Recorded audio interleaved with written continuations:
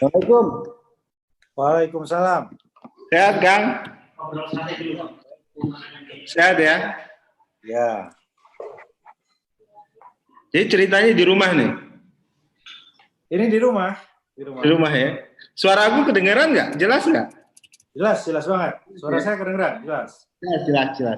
Jelas. Aku dari Begawan nih soalnya. Dari mana? Dari Begawan, kedai kopi. Kedai kopi di Iya. Tangerang. Bukan di rumah? Apanya Mas buka di rumah? Dekat. Bukan. Dekat di rumah. Lagi di rumah nih. Ya. Jadi kita live ini juga ya, apa namanya, IG. Instagram, oke. Udah live di IG. Kawan-kawan sekalian nih kita live juga bareng Mas Bima nanti. Mas Bima kita tunggu masuk di IG. Saya juga pakai aplikasi Zoom, ya Zoom. Ya. Zoom nanti di Zoom ini kita live Facebook dan YouTube.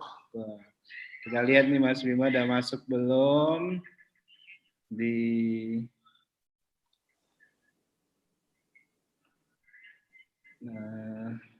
Udah masuk belum Mas Bima di IG? Belum ya?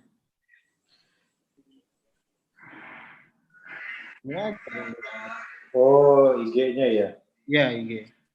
Sebentar, saya coba. Tunggu ya, teman-teman sekalian nih, saya bareng malam ini kultum kita, Ramadan Gembira kita bareng wali kota kita dari Bogor. Mas Bima nih dia, Mas Bima. Malam ini kultum kita, Ramadan Gembira kita bareng wali kota kita dari Bogor. Mas Bima nih dia, Mas Bima. Oke, masuk nih. Udah tuh. Oke ya, sudah bisa live ya. Juga. Oke, Mas. Ya, Kang. Dik, saya kasih Twitter ya. Oke, Assalamualaikum warahmatullahi wabarakatuh. Waalaikumsalam warahmatullahi. Ya. Kang Bima, lama kita nggak ketemu nih. Iya, lumayan lama. Terakhir kita ketemu diskusi di PP Muhammadiyah ya. Ada lama sekali. Jadi teman-teman sekalian, teman-teman yang di sosial media, terutama di Facebook, kemudian di YouTube, juga di IG. Malam hari ini, kalau kemarin kita bareng Bang Sandi, malam hari ini kok agak berisik ya? Malam di Mas Bima ada di sini? Di sini kayaknya, sebentar. Kita coba atur ulang.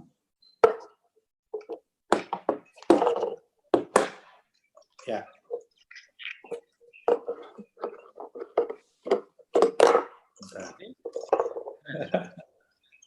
Oke,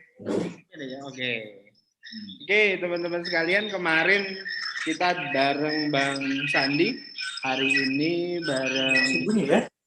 Iya. Oke, sudah. Hari ini kita bareng Kang Bima, wali kota Bogor. Nah, kalau besok kita bareng Kang Rano Karno, hari ini dengan Kang Bima dulu. Kang Bima, terima kasih sudah mau berkenan ngobrol-ngobrol santai malam hari ini. Sama-sama. Sehat ya Kang Bima ya? Ya, sehat, membaik. Kang Bima, saya setiap malam ba'da tarawih di rumah, berjamaah di rumah, menggelar seperti kultum tarawih, ba'da tarawih untuk kadang-kadang sendiri, tapi kemudian di malam tertentu saya ngajak beberapa teman. Nah, malam ini kebetulan saya satu kehormatan bisa ngajak Kang Bima untuk ngobrol bareng-bareng. Nah, ringan-ringan saja sebenarnya.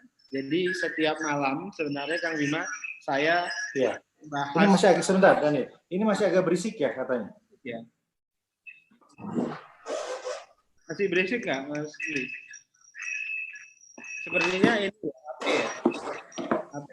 Dikecilin aja lagi. Lama. Di situ kayaknya HP-nya. Oke, di sini kayaknya kan. Oke, sudah saya kecil. Baik, Kang Bima, biasanya saya setiap malam itu bahas hikmah Ramadan. Ada 2 buku saya, judulnya itu Menggembirakan Puasa, kemudian ada Akuntabilitas Puasa. Jadi setiap ba'da tarawih melalui online saya membahas bab-bab buku ini sebagai cara untuk mengisi khutbah online setiap ba'da tarawih, dan malam-malam tertentu saya mengundang sahabat-sahabat saya. Kemarin ada Bang Sandi, hari ini Kang Bima, besok ada Kang Rano, kemudian ada Cak Imin di kita menggembirakan. Tema pentingnya itu adalah menggembirakan Ramadan. Kenapa? Karena bagi kita kan suasana hari ini selain memang wabah COVID-19 dan Kang Bima sudah sembuh dari terjangkit COVID-19. Nah, jadi kita mencoba untuk mengambil sisi positif, kabar-kabar gembira lah di tengah banyak kesusahan yang kita yakin dihadapi oleh masyarakat hari ini. Jadi Kang Bima sekali lagi saya ucapkan terima kasih. Nah Kang Bima, saya langsung saja nih kita ngobrol-ngobrol. Ini pemirsa teman-teman harus tahu nih, sebenarnya nih saya ini juniornya Kang Bima luar biasa. Dulu pertama kali yang narik-narik ke publik itu melalui acara kita apa dulu Kang? Itu Next Leaders tahun 2008. 2008 Kang Bima ini orang pertama yang saya ketemu kami di ranah publik. Saya ikut Next Leader itu, walaupun nggak menang waktu itu.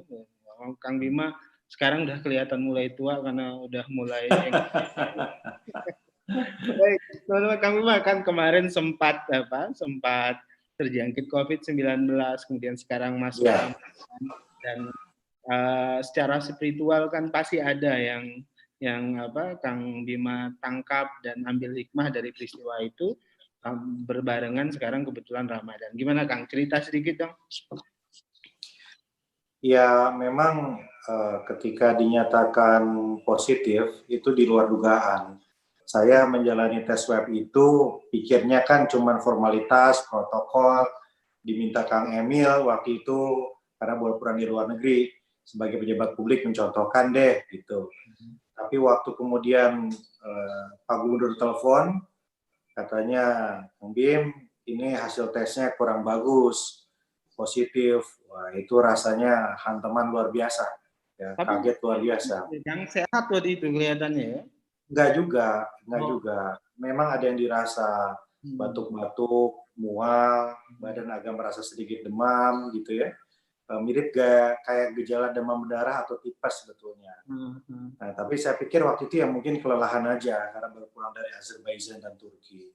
Nah, jadi nggak terlalu menyangka memang. Jadi waktu Kang Emil telepon bilang positif, kaget ya, tapi kagetnya ya 5 menit barangkali ya. 5 menit pertama itu diam, merenung dan kaget. Nah, setelah itu sholat maghrib, saya ingat, baru ngasih tahu istri saya dan anak-anak ya. Nah, ya udah, jadi begitu ngasih tahu istri, saya coba udah kuatkan. Karena kata Ustadz saya, kaget itu jangan lama-lama. Ya, kaget boleh sebentar, setelah itu langsung sabar. Ya. Berduka itu nggak boleh lama-lama kan gitu. Boleh lama. Nah, jadi oke lah, 5 menit sendiri kaget, baru kemudian langsung saya ikhtiar untuk sabar, tegar, panggil istri, panggil anak-anak, sampaikan. Tapi ya itu momentumnya memang sentimental banget waktu itu ya, anak-anak nangis semua, gitu. Dan saya putuskan malam itu ke rumah sakit dan mulailah di rumah sakit perjuangan luar biasa, ujian luar biasa. Hari-hari pertama itu nggak mudah banget. Bayangin aja Daniel, ya saya itu kan selama jadi wali kota 6 tahun pagi sore siang malam ke lapangan. Ya. Baru dikurung di ruangan 3x7 sendirian. Nggak boleh ada orang masuk. Wah itu rasanya luar biasa deh. Berapa lama waktu itu ya Kang? 22 hari total di rumah sakit. Hampir sebulan. Ya. Jadi apa sih pesan spiritual yang didapat dari peristiwa itu Kang? Apalagi ini Ramadan, kan memang seperti saya sudah jelaskan kepada banyak teman-teman yang mengikuti perbincangan saya sejak awal. Puasa itu kan sebenarnya ibadah yang menggembirakan. Islam itu juga bawa pesan-pesan menggembirakan. Di puasa itu kan kita susah payah nahan lapar haus begitu Kang. Susah sekali luar biasa. Kemudian tapi di akhirnya di maghrib kita itu biasanya bergembira karena ada dapat makanan, kita bisa menikmati makanan, itu ada kegembiraan. Tapi ada yang nggak gembira, mereka yang nggak dapat makanan. Tapi kita umat muslim disuruh untuk menggembirakan yang lain dengan cara bersedekah. Nah, saya ingin dapat pesan dari suasana melankolis tadi, sentimental, kesusahan, itu kemudian apa sih pesan menggembirakan, hikmah yang bisa didapatkan secara spiritual? Banyak sekali sebetulnya. Saya lagi tulis buku, insya Allah sebentar lagi rampung dan akan dicetak. Ya. Jadi di buku itulah saya tulis setiap hari. Nanti ada di situ. Tapi kira-kira begini, ada beberapa barangkali saya mengutip di sini. Yang pertama, saya selalu ingat ya, Al-Quran itu memerintahkan kita, Allah memerintahkan kita di dalam Al-Quran agar sabar. Tapi tidak semua orang bisa sabar. Betul. Kenapa? Karena sabar itu ada ilmunya. Ya. Kalau nggak punya ilmu sabar, nggak bisa juga jadi sabar. Itu kuncinya. Nah, jadi saat itu saya langsung merasa, wah ini gue harus ada ilmunya nih kan. Nah, ilmunya apa? Ya dua, ilmu ukhrawi dan duniawi. Ya, jadi kita pelajari terus ya, bagaimana orang-orang itu bisa sabar, apa yang diperlukan supaya bisa sabar, gitu. Kemudian secara duniawi ya kita harus tahu ini makhluk mungil yang sekarang bersemayam di dalam tubuh ini seperti apa sejauh ini karakternya. Nah, jadi berapa hari pertama saya menguatkan sabar itu dengan mencoba membekali dengan dua ilmu tadi. Yang pertama, Daniel, ya saya berkesimpulan bahwa COVID-19 ini bukan hanya ujian kesehatan, ini ujian keimanan, ujian keimanan. Gitu. Jadi saya merasa bahwa virus ini menyerang pikiran dan perasaan, baru kemudian turun ke pernafasan. Gitu. Jadi kalau kita punya benteng di pikiran dan perasaan dengan keimanan kita, nah, kemudian imunitas meningkat. Jadi iman dan ilmu, iman dan imun, nah, itu sekuensnya. Jadi iman dulu, kemudian ada ilmunya, baru kemudian imun meningkat. Itulah yang saya praktekkan. Ya. Saya bilang, wah ini kita harus tangkap nih, ya, pesan dari Allah SWT ini apa? Ya, setiap ujian kan pasti ada tujuannya. Dan saya bertanya, mengapa orang positif pertama COVID-19 di Kota Bogor harus wali kota? Ya, Allah itu nggak pernah meleset, takdirnya nggak pernah meleset. Setiap peluru itu kan sudah ada nama kita kan. Jadi saya rasa ini pasti gue diminta untuk merasakan dulu nih, untuk merasakan ya supaya bisa ikut fight sama-sama kalau kemudian diizinkan gitu. Jadi spirit saya waktu itu oke. Ya, I got the message. Message-nya saya tangkap, saya harus kuat, saya harus menjadi orang yang lolos ujian. Fokus untuk menguatkan iman, ya, ikhtiar all out. Let's do the best and insya Allah God will do the rest. Let's do our part and insya Allah God will do his part. Jadi kita dulu lah ikhtiar. Makanya kemudian saya memutuskan untuk puasa sosmed, Daniel. 22 hari itu? Hari kedua ditaruh, saya nggak baca berita, cuman telepon anak, istri, ya sahabat terdekat aja ngobrol, yang lain enggak.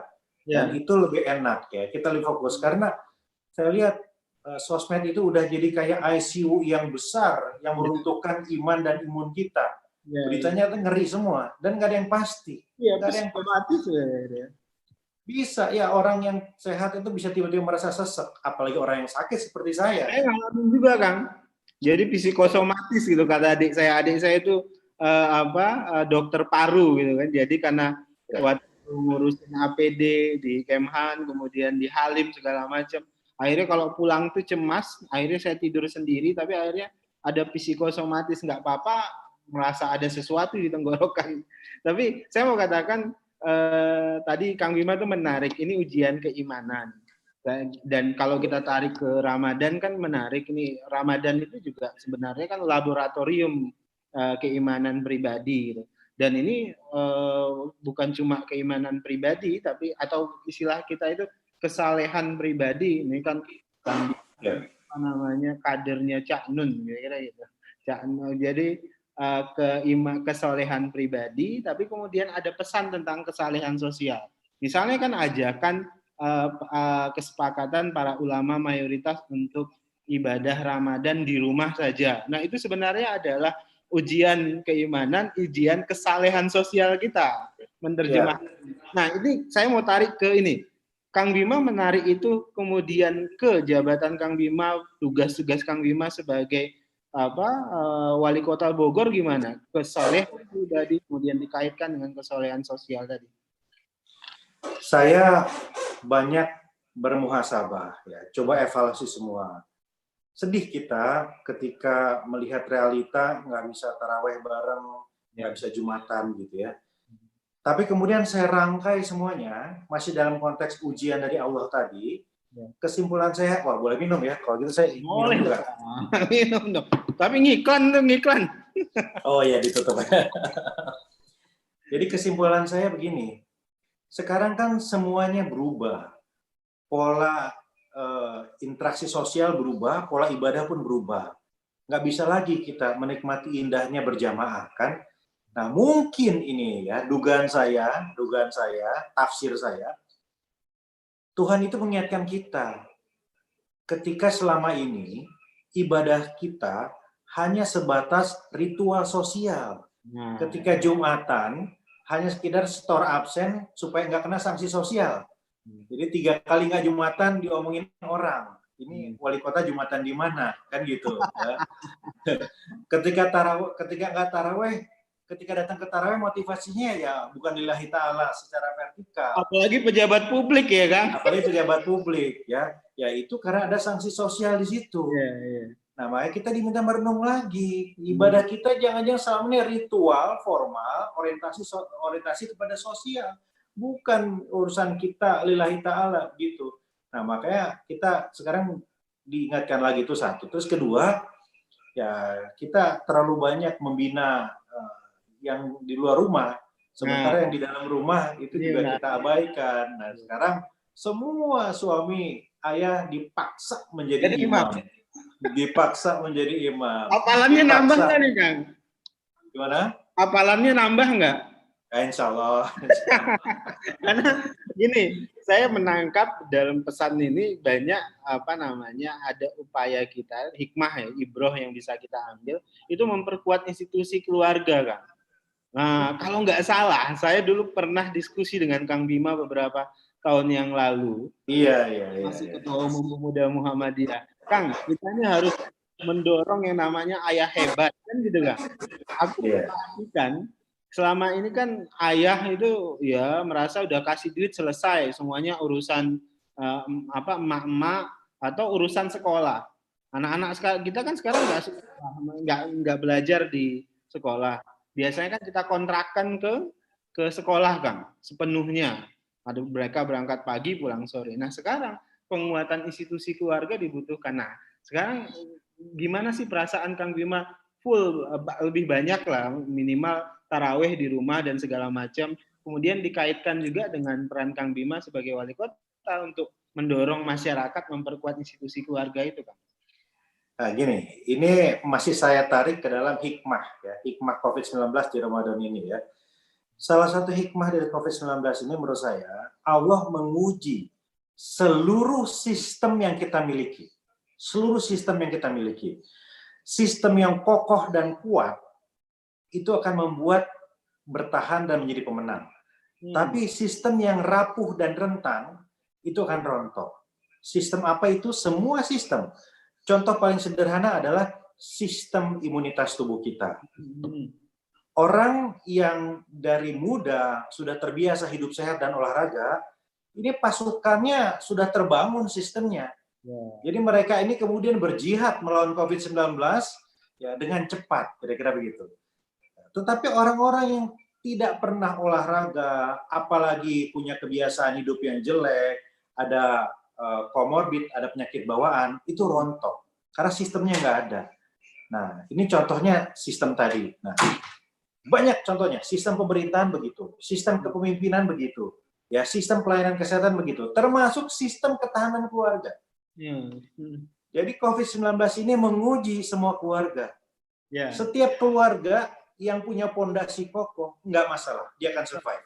Ya, suami yang bisa jadi imam, istri dan suami yang biasa ngobrol, anak-anak yang seling bercanda satu sama lain komunikatif, survive, aman.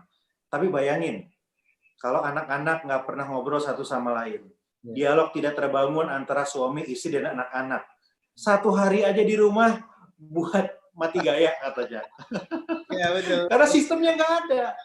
Sistemnya nggak ada.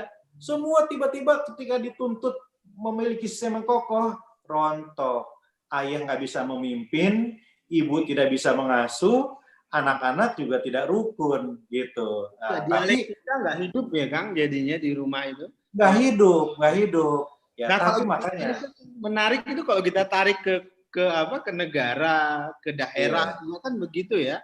Nih, jadi ujian kepemimpinan nih, terutama para bapak ini kan kemudian hadir pada hari ini. Ini menarik nih. Jadi teman-teman sekalian, ini pernyataan Kang Bima ini perlu jadi diskusi kita menarik bahwasannya ini adalah ujian sistem, mulai dari sistem terkecil yaitu institusi keluarga Kang ya, sampai dengan terbesar. Jadi kalau saya boleh sebut, ini juga ujian kepemimpinan buat siapapun, begitu Kang? Contohnya Trump, ya, Amerika yang selama ini kita kenal sebagai negara adidaya, rontok hari ini. Ternyata sistem ekonominya rapuh, sistem pelayanan rapuh, terutama sistem kepemimpinan, leadership yang tidak efektif, kan gitu. Jadi ini menelanjangi semua. Sedangkan kita lihat ya negara-negara yang sukses berlari melewati pandemi, seperti Taiwan misalnya, ini kan luar biasa. Ternyata luar biasa, segala sistem itu berjalan dan efektif. New Zealand juga ya, itu sukses. Iya. Iya. Oke, ini menarik Kang. Aku tadi dari beberapa diskusi ini terkait dengan sistem ini bisa jadi tema besar kita terkait dengan institusi sampai dengan yang lain. Nah, tapi saya mau bergeser nih dialognya, Kang Bima. Dalam kehidupan Kang Bima dan setiap orang pasti punya proses perubahan spiritual, keimanan yang terus berubah. Saya sih kalau ngelihat Kang Bima waktu muda, waktu kuliah itu kan agak-agak bandel nih pasti kan. Ini so tahu nih. Biasanya kalau tampang-tampang kayak Kang Bima ini, apalagi kuliahnya di Bandung itu playboy, cewek yang ngejar atau yang sebaliknya. Nah Kang, cerita dong proses spiritual itu misalnya sih mulai berusaha gitu mendekati diri kepada agama, kepada kenal Tuhan. Ya anak muda kan dulu biasa lah begitu. Gimana? Iya. Dalam hidup itu ada titik balik ya, atau apa namanya ya, titik balik itu turning point. Saya menuliskan ya fase-fase itu dalam buku pertama saya tuh, titik balik di situ. Aku baca titik balik. Aku baca. Nah, titik balik pertama adalah ketika Bapak tercinta meninggal, ya. Nah, Bapak ini pahlawan luar biasa lah, ya. Sosok yang di mata saya sangat ideal, menjalankan semua perannya secara maksimal sebagai ayah, sebagai suami, sebagai atasan, sebagai rakyat, sebagai sahabat.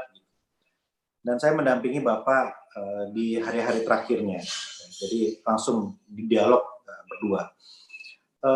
Disitulah titik balik pertama saya yang ingin agar setiap detik dalam hidup saya SMA kuliah enggak, itu kuliah S2 ya, tahun 97. Oh, itu waktu Australia. Ya, sudah di Australia ya. Itu. Nah, di situ kemudian saya ingat kata Bapak itu, hidup hanya sekali, hidup tidak boleh diperbudak materi, hidup harus memiliki arti. Nah, jadi itu turning point yang pertama. Ya, jadi fight sekolah di Australia, pulang ke Indonesia, berbakti, turning point yang pertama. Turning point kedua, ya ketika saya naik haji, saya kira ya, naik haji, nah, disitulah ya banyak dimensi pengalaman spiritual. Pengalaman spiritual banyak banget di situ.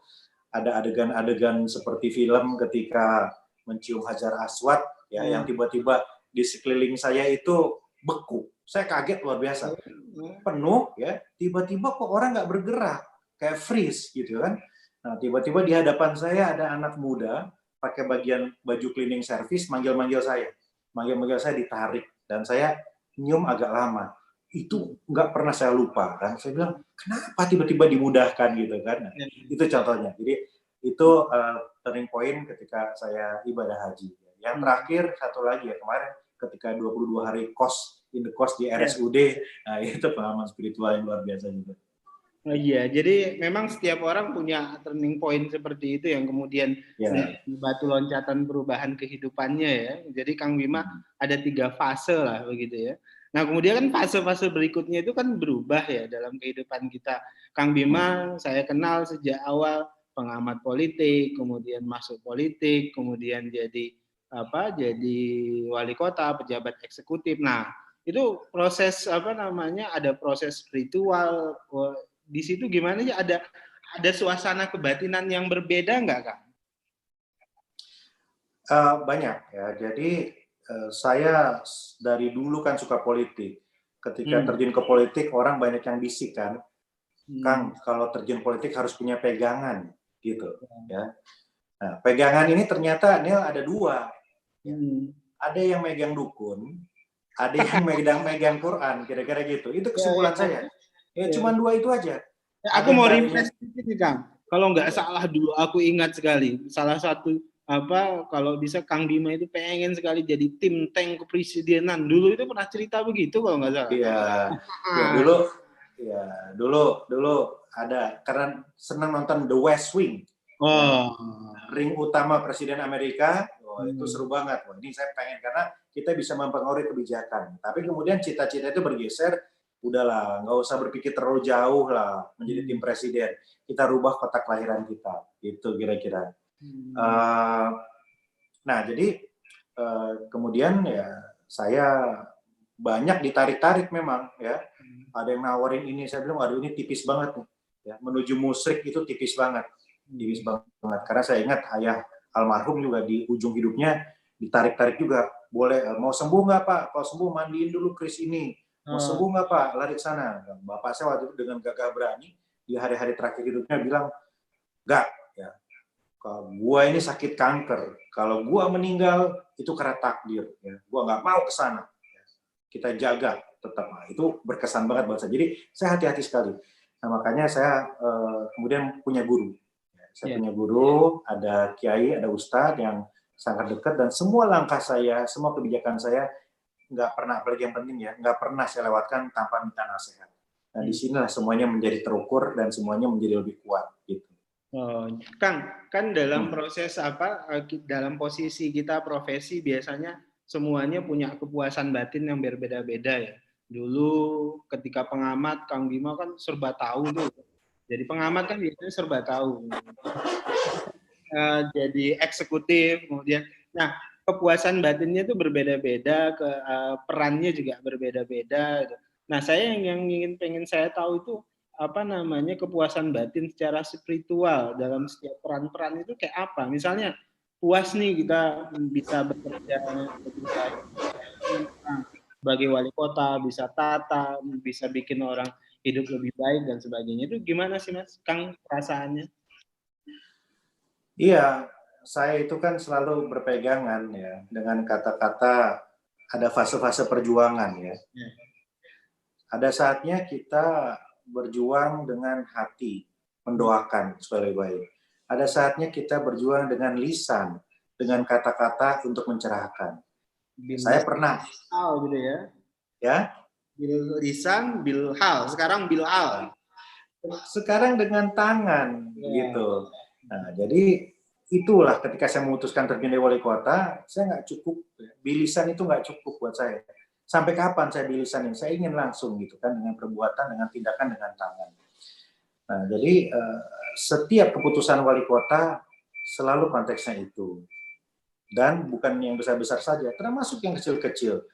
Nggak ada duanya nih rasanya ketika kita bisa membantu satu rumah rewot, ya, gubuk yang kumuh, kita bantu 7 juta rupiah saja dari APBD, membuat bapak ibunya menangis, ya, bahagia. Itu nggak ada duanya ya, dibanding tepuk tangan ketika kita berbicara di atas panggung pengamat dan lain-lain, kita senang gitu. Tapi senangnya itu senang sesaat gitu kan. Ya, ketika lisan kita, retorika kita dianggap indah gitu. Tapi ketika tangan kita melakukan sesuatu yang memberikan manfaat dan maslahat, itu rasanya beda. Rasanya beda gitu. Makanya saya selalu bahasa saya, uang rakyat harus turun ke rakyat, tidak boleh mampir ke kantong pejabat gitu. Jadi setiap APBD itu kita kawal. Nah, ya belajar dari ketua Pemuda Muhammadiyah juga dulu yang anti korupsi. Iya, iya, iya. Kang, ya saya bergeser lagi nih ke COVID kemudian Ramadan. Kang kan sekarang tuh narasi tentang kesuraman, kemudian kekhawatiran sudah banyak lah di diskusi-diskusi seperti ini. Saya sih ingin dapat perspektif dari Kang Bima. Ini kan istilah sekarang tuh ada istilah new normal. Kemudian banyak hikmah juga yang bisa kita ambil. Kalau dalam ekonomi ini pasca COVID ini ada keseimbangan baru, ada situasi baru. Menurut Kang Bima, langkah apa yang perlu dipersiapkan anak-anak muda hari belakang menuju new normal itu? Gini, saya kasih analogi ya. Kita bedakan, bandingkan antara Obama dan Trump. Obama itu narasinya hopes, positif, harapan. Trump itu narasinya fear, ketakutan kolektif yang dibangun. Musuh kita itu, musuh kita ini, lawan kita itu, lawan kita ini, begitu. Nah, pertanyaannya sekarang, dalam kondisi seperti ini, narasi apakah yang dibangun? Ya, menurut saya, tidak tepat dua-duanya, tapi harus menggabungkan dua-duanya. Tidak mungkin narasi fear atau ketakutan dibangun, karena kita perlu energi positif. Tetapi nggak sempurna juga kalau hari ini membangun narasi hoax atau harapan, tanpa berpijak dengan realita. Karena nyatanya ini luar biasa. Kalau kita lalai ini, PSBB ini, kita bisa panjang sampai akhir tahun. Bisa ada krisis pangan dan lain-lain. Nah, karena itu, tahap pertama yang harus anak-anak muda ini kuatkan adalah pahami bahwa kita harus menafsirkan ini sebagai ujian yang maha berat luar biasa. Ujungnya bisa krisis pangan loh. Ujungnya bisa krisis multidimensi yang menerpa semua tanpa terkecuali. Ya, contoh, hari ini banyak kelas menengah yang rontok. Kenapa? Karena mereka diminta untuk membayar SPP anak-anaknya. Dipaksa. Nah, SPP ini diminta oleh yayasan untuk apa? Untuk bayar gaji guru-gurunya. Jadi sekarang guru-guru yang notabene selama ini kelas menengah, ini nggak bisa hidup.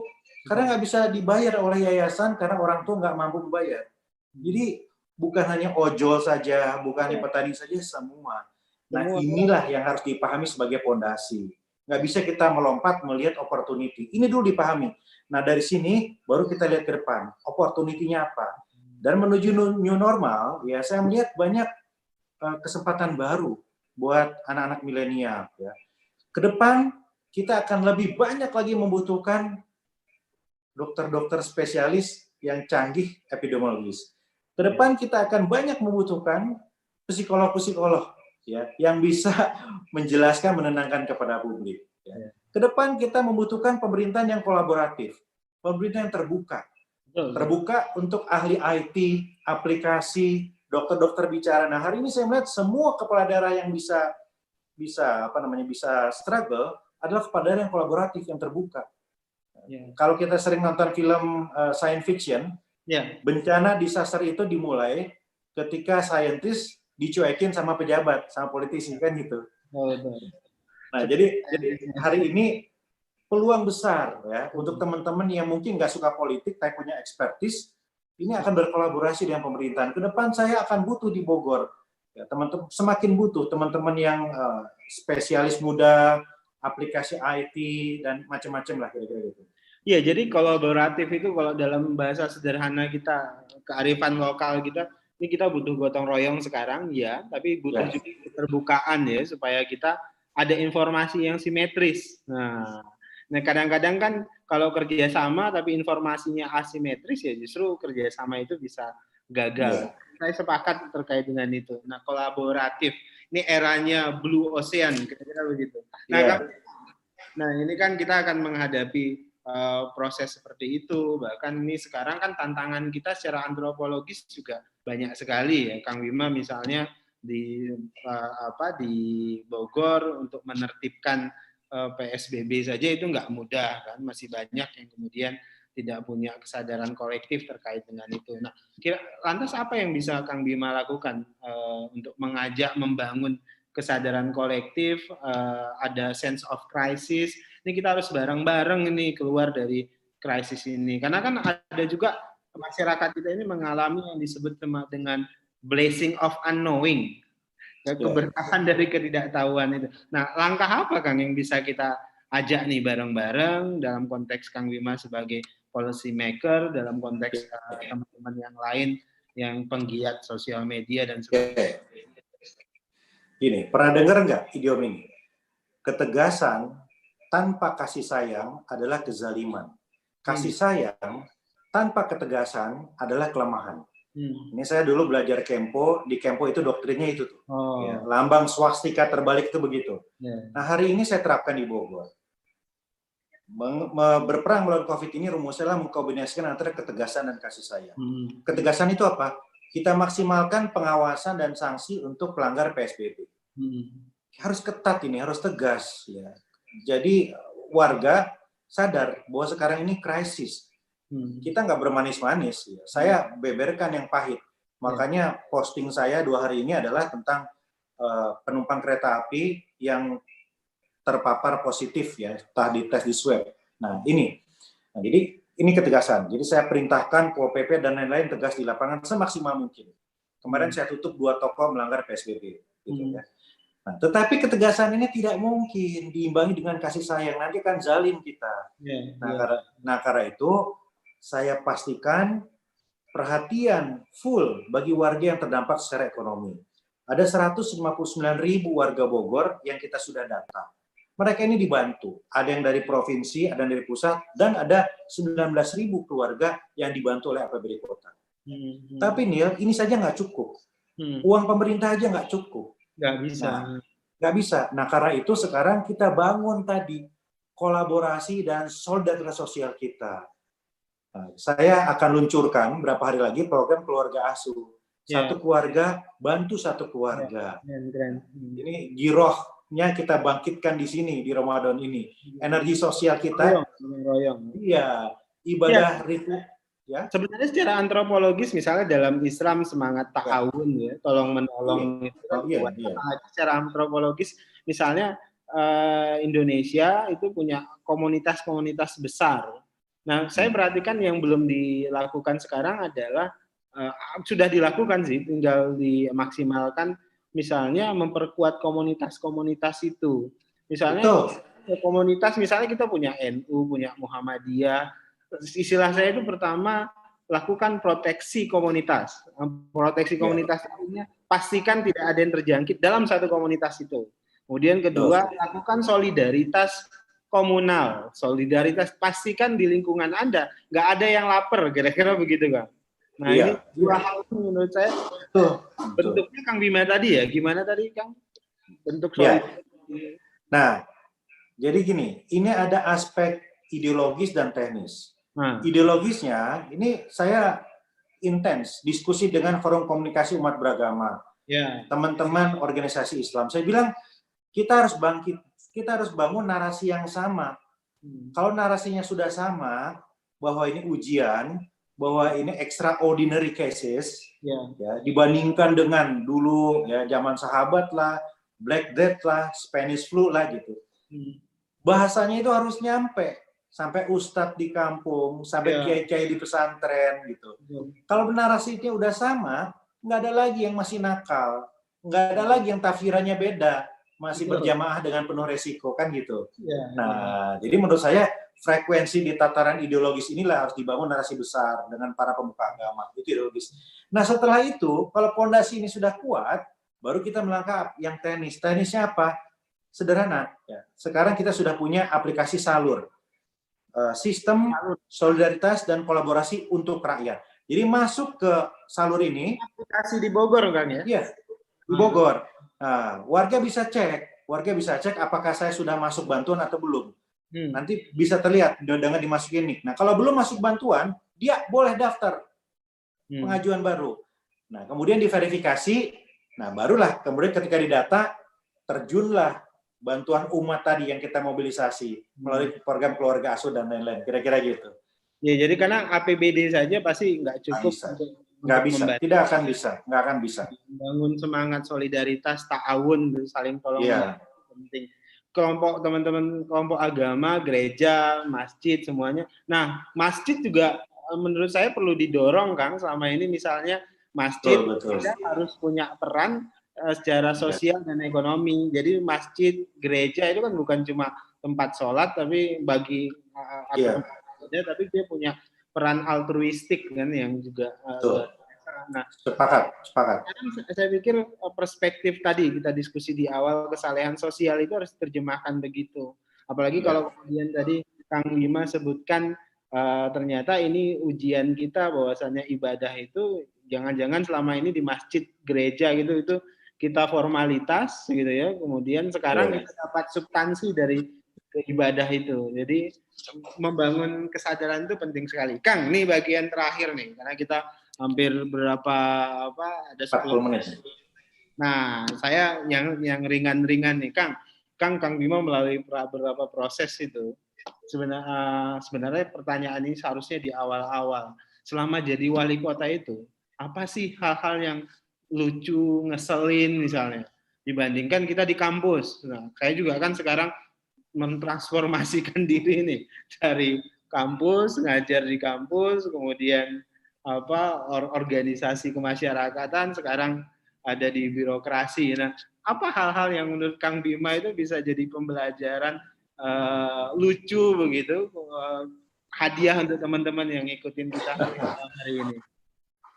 Jadi minggu pertama saya jadi wali kota tahun 2014, surat masuk semua kan. Ya, jadi kalau nyuratin ke wali kota pasti semuanya masuk ke meja saya. Ya. Ada satu surat ditulis tangan oleh warga. Bapak Bima yang terhormat, saya mohon bantuannya.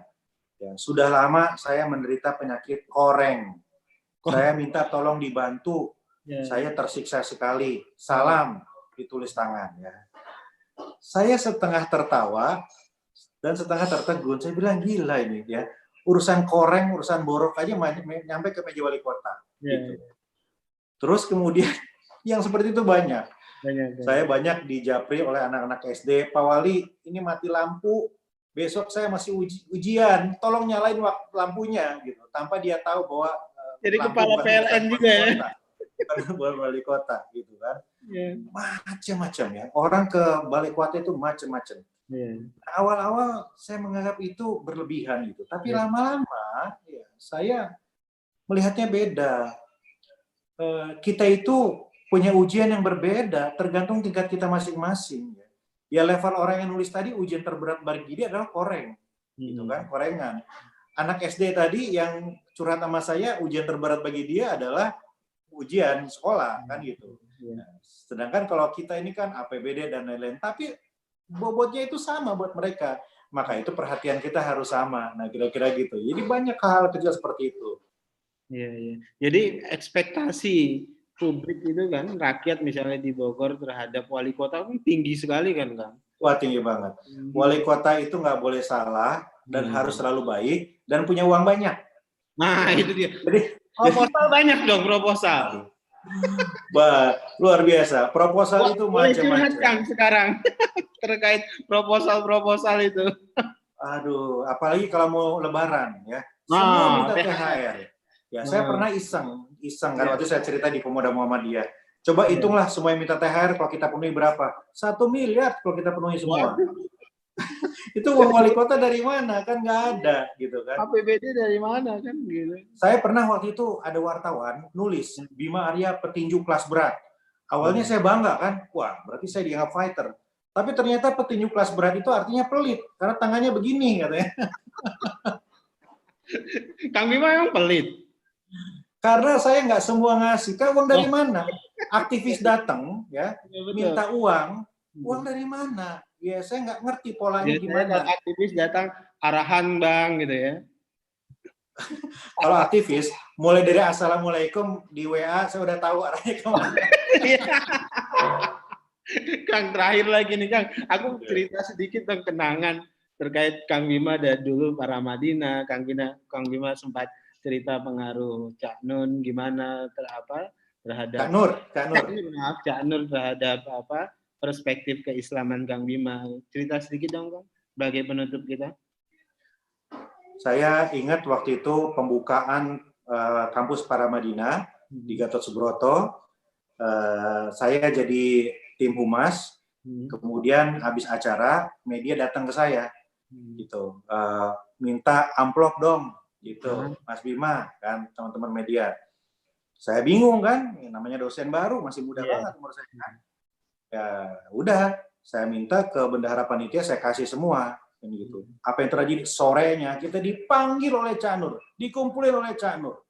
Dia bilang, satu hal yang saya bangun dari awal dan saya ingin ada di lembaga ini adalah integritas. Kita belum paham kan kemana. Ujungnya dia bilang, saya tidak mau kampus ini dibangun di awal justru dengan mencederai integritas tadi. Saya dengar ada wartawan tadi yang dibayar. Mati. Itu. Jadi Cak Nur itu luar biasa. Luar biasa Cak Nur ya. Sampai hal-hal detail itu dia ingatkan kita. Kita rindu dengan pemikiran-pemikiran pemikiran keislaman seperti Cak Nur. Kang Bima, saya terima kasih banyak ini sudah berkenan dialog-dialog singkat pada malam hari ini. Mudah-mudahan pengalaman Kang Bima, perspektif Kang Bima terkait dengan COVID, Ramadan, kemudian juga kehidupan itu bisa mencerahkan teman-teman yang mengikuti kita pada malam hari ini. Sekali lagi terima kasih banyak Kang Bima, sehat selalu. Terima kasih Daniel. Salam. Sehat selalu. Sama-sama Kang. Terus ya. Siap, salam dengan istri dan anak-anak. Ya, salam juga buat keluarga. Assalamualaikum.